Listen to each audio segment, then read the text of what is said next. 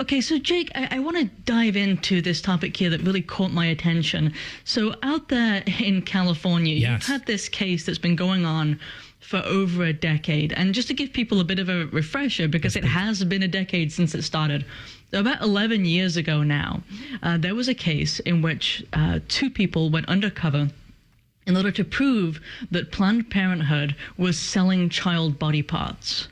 And they did this, and they did some undercover recording, and that made massive waves on social media because they basically proved they were talking callously about the cost of different organs and about the profitability of that. And so they proved what they set out to prove, that there was an actual interest, a financial benefit to the abortions that are being promoted by this company. And they also showed that these partial birth abortions that were taking place were being done in such a way, as in halfway out of the birth canal, to maximize profitability. It was an evil case. But what came after that was not the prosecution of Planned Parenthood, not the prosecution of people who were actually buying and selling body parts, but the prosecution by the Attorney General's office in California, then led by Kamala Harris, of the two pro-life activists. Goodness. And that was what was absolutely shocking.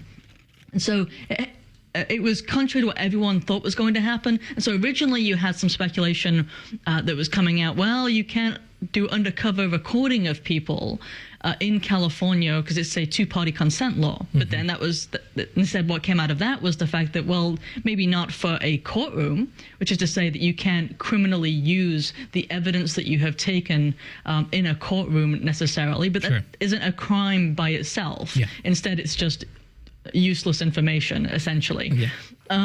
But he was charged, David Daleiden, this pro-life activist, was charged with tampering with a government record because he used a fake ID to present to Planned Parenthood workers, and then prohibition of the purchase and sale of human organs. So because he was acting like he wanted to purchase these human organs and did not actually do so, he was also charged with a misdemeanor in that case. So it was just a mind-boggling case in which it was obviously what we would call lawfare. Rise Right exists to help you rise right. To start your morning off with Catholic faith and reason, so you can handle whatever the world throws at you each day with a firm foundation in truth and hope. But we can only accomplish this with the help of listeners like you. Support our mission at thestationofthecross.com. And so for those who don't know, like, lawfare is the term used when a person is prosecuted as a type of persecution. Mm-hmm. So they're prosecuted not really to get the conviction.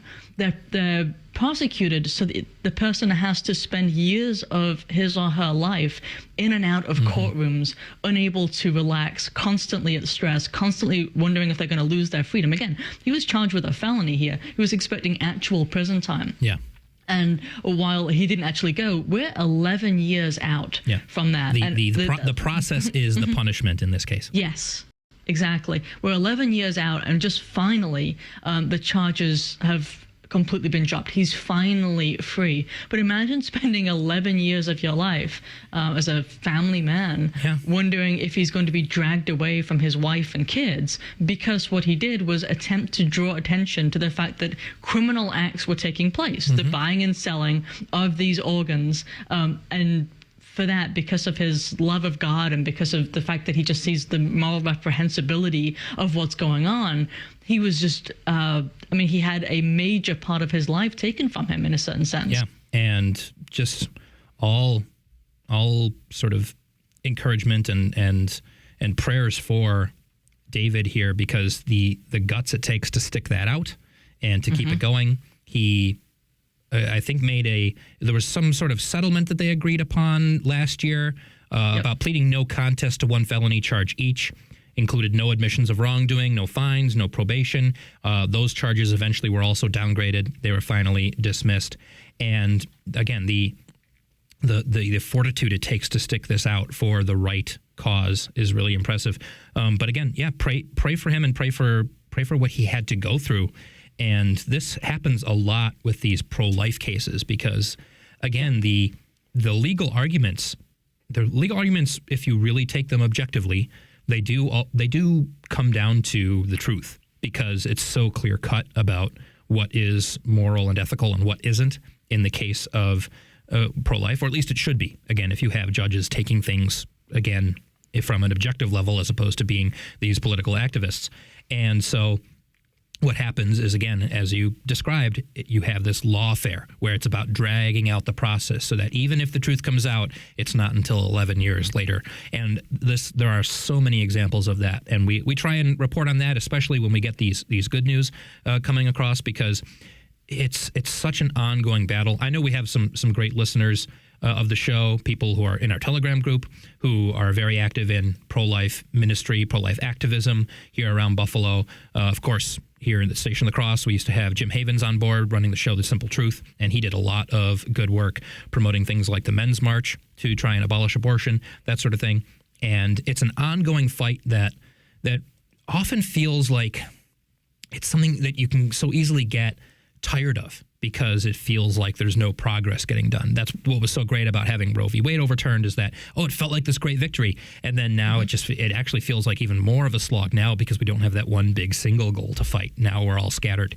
So when we get these good news, we do love to report on it because hopefully it encourages you. It encourages you to take part in some way, even if it's just as simple as keeping up a regular prayer regimen for pro-life causes and to support it. And again, if you have local ministry in some way that you can be involved with, or at least support in some way, that's great. But this victory for David is really great, and hopefully he's not seen, really permanent problems from this ongoing struggle.